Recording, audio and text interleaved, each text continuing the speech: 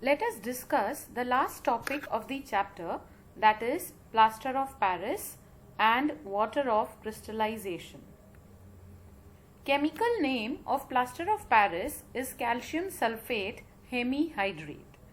Its chemical formula is CaSO4.12H2O and it is commonly known as POP. First of all, it was made by heating gypsum, which was mainly found in Paris. Let's discuss the properties. It's a white colored powder which sets into a hard mass on wetting with water in about half an hour. Hydration of plaster of Paris forms crystals of gypsum, and this gypsum is what sets to form a hard solid mass.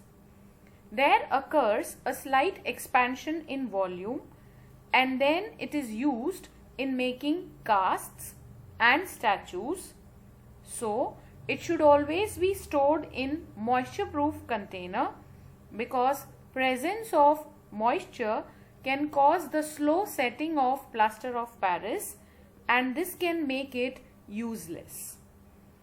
You can see the reaction between POP and 1.5 molecule of water to form calcium sulfate dihydrate, which is called gypsum. Let's discuss the preparation of plaster of Paris. It is prepared from gypsum. Chemical name of gypsum is calcium sulfate dihydrate. Its formula is CaSO4.2H2O. The formula indicates that gypsum contains 2 molecules of water of crystallization. Heating of gypsum is done at a temperature of 100 degrees Celsius in a kiln, whereby gypsum loses 3/4 of its water of crystallization and forms plaster of Paris. Temperature should be controlled and it should not be allowed to go above 100 degrees Celsius.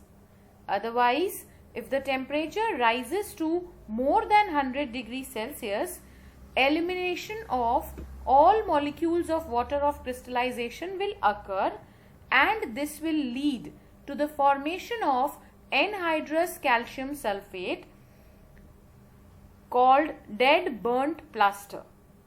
This dead burnt plaster does not set like POP on adding water. Let's discuss the uses of plaster of Paris. It is used as a fireproofing material. It is used in chemistry laboratories for sealing the air gaps in apparatus where airtight arrangement is required. It is used for making surfaces smooth before painting them, for making ornamental designs on the ceilings of houses and other buildings. It is used for making toys, decorative materials, cheap ornaments, cosmetics, blackboard chalk and casts for statues.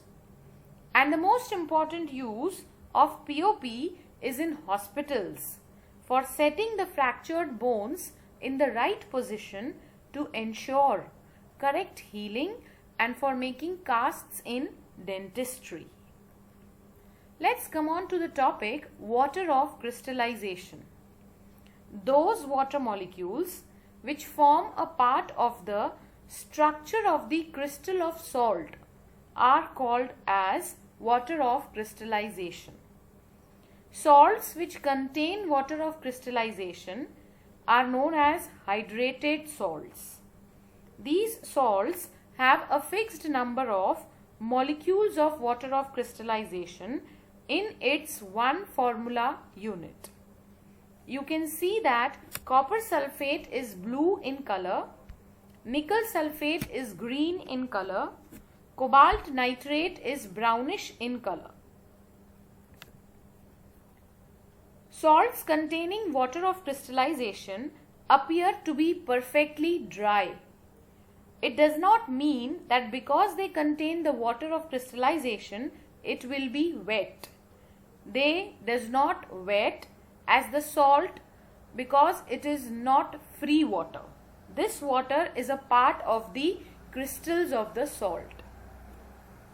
This water of crystallization gives the crystals a particular shape and it also imparts them a special color. Copper sulfate pentahydrate is known as blue vitriol. Magnesium sulfate heptahydrate is known as Epsom salt. Calcium sulfate dihydrate is known as gypsum. Iron sulfate heptahydrate is known as green vitriol, whereas zinc sulfate heptahydrate is known as white vitriol. These are all 1-mark questions whereby you need to remember the formula, the IUPAC name of the hydrated salt and the common name. Action of heat on hydrated salts. When hydrated salts are heated, this results in loss of water of crystallization.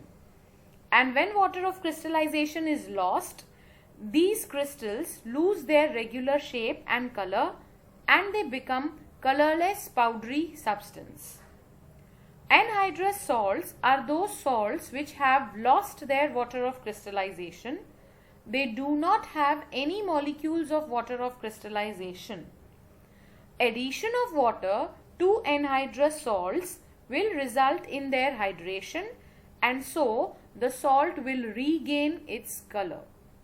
For example, copper sulfate pentahydrate after exposure to water vapor in the air will become green, but once it is heated it will become white in color, which is anhydrous copper sulfate. Once we add water to the white colored anhydrous copper sulfate, it will regain its original blue color. Dehydration of copper sulfate is a reversible process. Hydration of anhydrous copper sulfate will lead to the formation of blue colored crystals of hydrated copper sulfate. This property of anhydrous copper sulfate is used to detect the presence of moisture in a liquid. Blue color of anhydrous copper sulfate indicates the presence of moisture.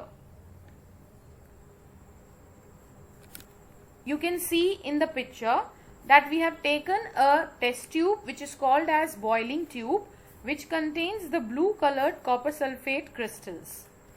On strong heating, these blue copper sulfate crystals will lose their water of crystallization and thereby they will turn white. Tiny droplets of water can be seen on the sides of the test tube. Once the salt is cooled, then addition of 2 to 3 drops of water on the white colored copper sulfate, which is anhydrous, will help to regain its blue color. So now the blue color of the crystals gets restored. That was all to discuss in this video. I hope you have understood the concept well. Thank you.